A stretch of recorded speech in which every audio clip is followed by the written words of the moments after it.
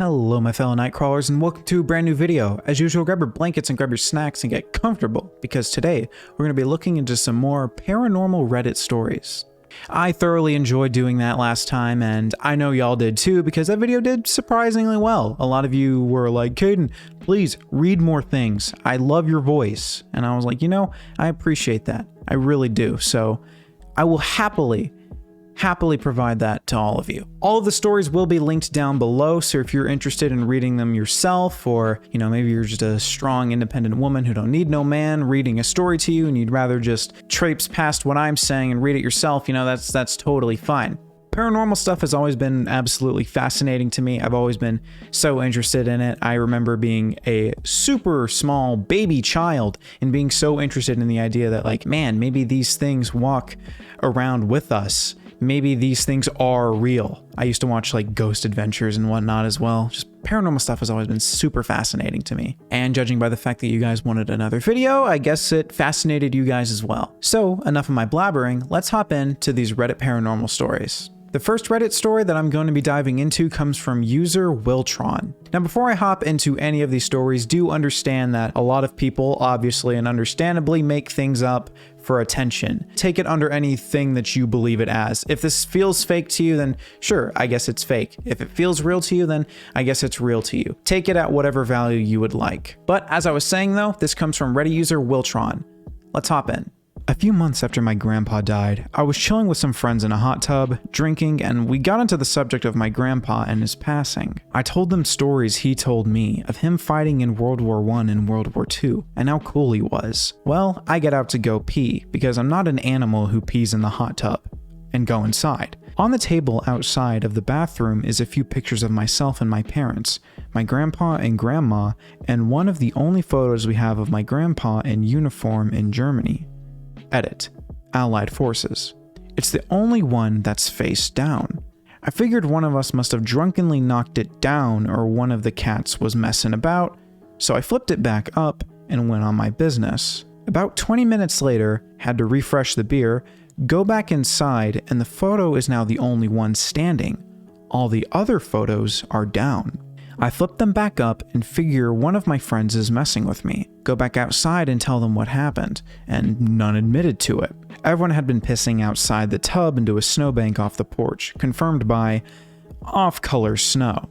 I tell them to be serious with me because it's actually disrespectful of my grandpa's memory to mess with his photo and my family's photos like that, and everyone confirmed they weren't messing with him. I'd been the only one going inside to piss and get beers, always getting for friends too. So this was odd. I go back in again, and this time I've consciously made note that no one had entered or exited the house since the last time I came in. All the pictures have been placed on the floor, face down, except Grandpa, and the photo is upside down in the frame. Now look y'all, I'm gonna keep it real. If that's real, or if that were happening to me, I would be freaking out and I would be pulling all of my drunken friends into the house and telling them, guys, if y'all are messing with me, I'm gonna stab you. What are the odds that one picture is face down, you set it back up, you go back inside, everything else is face down except the one that you flipped up before, and then you go back inside again, and all of them are on the floor. Maybe this ghost is just a jerk and wants to disrespect his grandpa's memory. Or maybe the grandpa has a sense of humor. I guess I maybe should have thought about that. Maybe old Gramps is just messing with them. Moving further into the stories, our next story comes from constanttouchstone. Constanttouchstone decides to explain a story about their sleep paralysis. But something that's very jarring to them is that in this story, it felt a lot more real than their previous sleep paralysis episodes. A lot of people pitch in the thread explaining their sleep paralysis stories, and some being similar to that person's and then others just being so off the wall. Sleep paralysis is absolutely terrifying though. I haven't experienced it personally, but I have had friends explain stories to me of their sleep paralysis, and I hope to God I never experienced that because that just sounds awful. Awful. Anyway, I'm rambling a little bit too much. Let's look at constanttouchstone's story. So, I was plagued by pretty bad sleep paralysis for the majority of my childhood. Like, I would fall asleep normally and wake up with my face in the pillow, unable to move my body as I suffocated. No idea how I even survived those moments, to be honest. Other times, I'd hear loud whispering from multiple voices that I couldn't understand just outside my doorway, or hear loud static and doors open and close. Standard sleep paralysis hallucinations and whatnot. It's rarely an issue anymore because I've altered the way I sleep. It only really happens now if I'm in such a state of exhaustion that I can't really fall into a proper sleep and kind of end up in limbo between being asleep and awake. Anyway, late last summer, I had just gotten back from my family visiting over in England, so I was exhausted from traveling. I ended up falling asleep as I was watching something on my iPad and had a dream that I can't really remember all of the details now. All that I remember was that I had fallen asleep in the dream, and the doors in the hallway of this house that I was starting to open and shut as if I was looking for someone, i.e., me. At this point, my dream self had woken up and was pretending to be asleep when the door to my room I was in opened up. I ended up waking up as well. Sort of. If you've experienced sleep paralysis, you know what I mean. I was in that moment when you're conscious that you're not in your dream anymore because you're aware of your surroundings and you can feel your body just being a mobile, heavy sack of meat and bones. Once I woke up, I felt this immense pressure, like someone much heavier than me was putting their weight on my back as they leaned over to whisper in my ear. I tried moving and, of course, I couldn't. I started to hear ambient noise as if there was wind whipping up in my room, but it had been put through a filter and ended up kind of muted. As that pressure on my back increased, I heard a very deep, sinister voice loudly say, "No one will save you." I actually jolted right up after that, gasping dramatically like people tend to do in the movies and on TV and such. If it wasn't 3 a.m., I probably would have gone and crawled into my mom's bed despite being 20. I just tried not to cry and instead turned on the lights. I ended up forcing myself to stay awake until the sun came up just in case it happened again. I don't usually scare easily, but screw that. I'm still shaken up by how real it felt. While sure, a lot of people might be quick to say, okay, Caden, this isn't necessarily super paranormal. A lot of sleep paralysis stuff does tend to lead to very vivid hallucinations. Thing is though, is that everyone's experience with sleep paralysis is very different. Some people get sleep paralysis and don't necessarily have the very vivid hallucinations. Some people might get sleep paralysis and get the auditory hallucinations, but some might not get these super visual, vivid, seeing stuff hallucinations. Some people don't even get hallucinations at all. But I do feel it is worth mentioning this one due to the fact that there's a lot of layers to it. I think it's very interesting that he was kind of, it's almost like he was playing his sleep paralysis demon in the dream, and then, you know, he woke up from the dream, but his dream self was walking in. I don't know. Sure, it might not be super paranormal, but a lot of paranormal things are generally left unexplained, and somehow having a dream coincide with sleep paralysis, or who knows, maybe there's something that actually, like, maybe it makes sense. Some scientist in the comments explain that. I don't know. It's interesting. The next story comes from 1LT Obvious. For ease of me saying things, I'm just going to call this dude Obvious. Obvious says that in his childhood home, he had experienced doppelgangers, or some sort of mysterious figures taking the roles of these real-life people. I think this one is super interesting, so I'm not even going to have a little pretext talking about it. Let's just hop into this one. I lived in a house that seemed to be haunted by doppelgangers. Every event that happened never involved some mysterious figure, but a known person being in a place where they never should have been. First, I was a teenager at the time, and I was instant messaging my girlfriend at the time with my webcam turned on. Behind me, there was the stairs leading up, left of the camera view, and the entrance to the living room, right of the camera view. My younger sister would typically fall asleep every night on the couch in front of the TV and make her way up to the bed in the middle of the night. At one point in my webcam view, I saw my sister leave the living room and go up the stairs.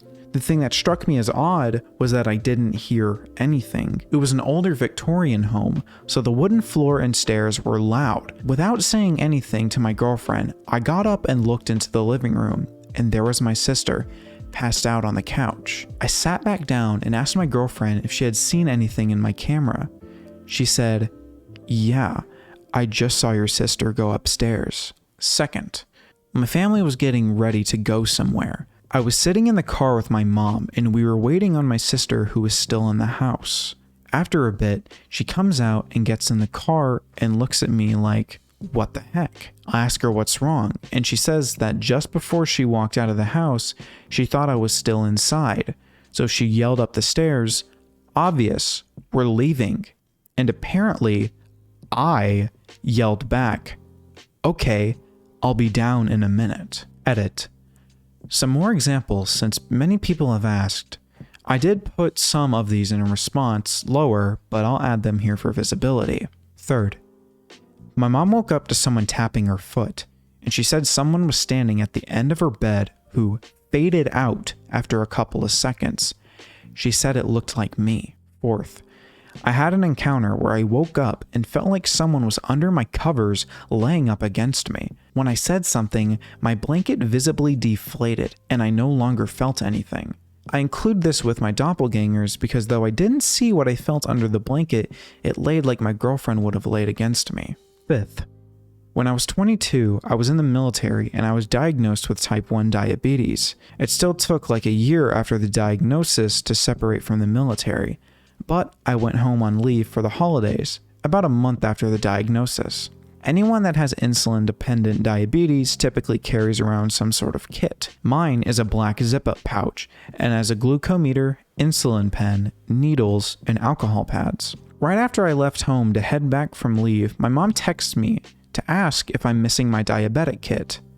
I look and I'm not. She sends me a picture of a diabetic kit and asks if I know it. I've never seen this kit before in my life. Apparently my sister went into her bedroom and discovered it outside of her window, propped up like someone had set it there. Oh, also, her bedroom is on the second floor. No one else we know has diabetes. Okay, out of all the examples that dude listed, I would say the first one and the fifth one were the ones that actually freaked me out. First of all, how do you replicate a diabetic kit? Second of all, how do you get it on a second story window? Like, I don't know if there's like maybe some sort of ledge thing to where you can maybe like throw it up, you know what I mean? But like, who is tossing out their diabetic kits? I assume if you're a diabetic, you need that. Like, if something goes wrong, you need that. So I don't think people are willy-nilly just tossing those about. That's just weird. That's just really weird. Super fascinating though. Super cool, but definitely really weird. The next story comes from user Hidden Under a Rock 34. Technically, it's not hidden because hidden has 2 Ds, but this person has 1 in the name. So like Hayden, I'm just gonna assume this user meant hidden. Maybe they really wanted to add in 34 and maybe someone else already had hidden. Anyway, I'm gonna call the user Hidden just so that way I don't have to say their full name every single time. Hidden and his daughter at around the start of the pandemic move into a new house. And apparently some of the stuff that the daughter sees and starts drawing is enough to freak out the single father. Have you ever seen Sinister? This is what this feels like. Just giving you some context before we hop into this one. This is almost exactly like Sinister. But anyway, let's start reading. I'm worried about my daughter's safety. Hello, I couldn't sleep, so I thought now would be a good time to post this. So, I have an 8-year-old daughter. I will be calling Liana for the sake of my child's privacy. I'm a single father and it hasn't been easy, but we manage. Before the start of the pandemic, we had moved into a new house in northern Germany, which is close to my parents. Soon after we settled in, Liana started telling me about her new friend, quickly telling me only she could see him. I brushed it off as she has always been creative, and since we were under lockdown, I thought it was normal. Especially since one of my friend's sons also has an imaginary friend. Throughout the next few months, she would tell me about him, how he would come to play with her once I put her to bed, and he knew magic, and how his favorite color was blue.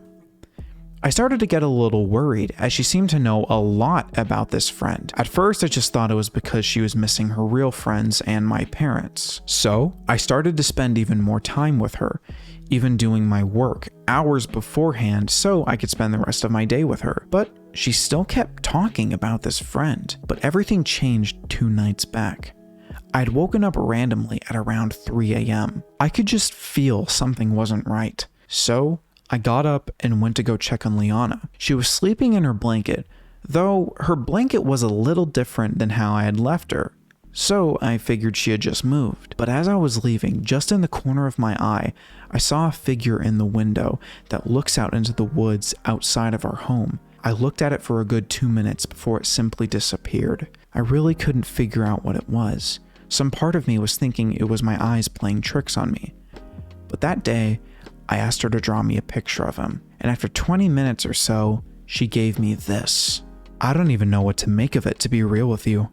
I sent it to my mom and the single dad group I'm in, and they all said it was scary as hell. I don't really know what to do at this point.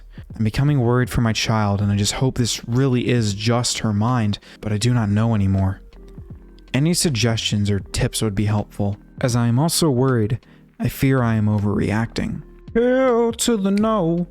To the no, no, no. Dude, this sounds like, that literally sounds like she would be one of those like demon children. Actually, technically, I guess the children weren't really demons. They were being possessed by the spirit thing in Sinister. That's what I'm referencing. I literally didn't even open up with what I was referencing. Anyway, I'm not gonna lie, I'm a little hesitant to believe this one due to the fact that, I don't know, this sounds like something right out of Sinister, but on the same hand, that drawing, when I opened it, I'm not gonna lie, I got some chills. So I'm not gonna sit here and say that I wasn't at least a little creeped out by it, but you know, as usual, take it at whatever value you think it is. I'm not even gonna lie, y'all, I don't even have like a cutesy little like thing to end on. I don't even know how to end this. Paranormal stuff, especially when it's like baby children that are like, Mommy, I just met a new friend. It's like psycho demon baby child. Kill that thing.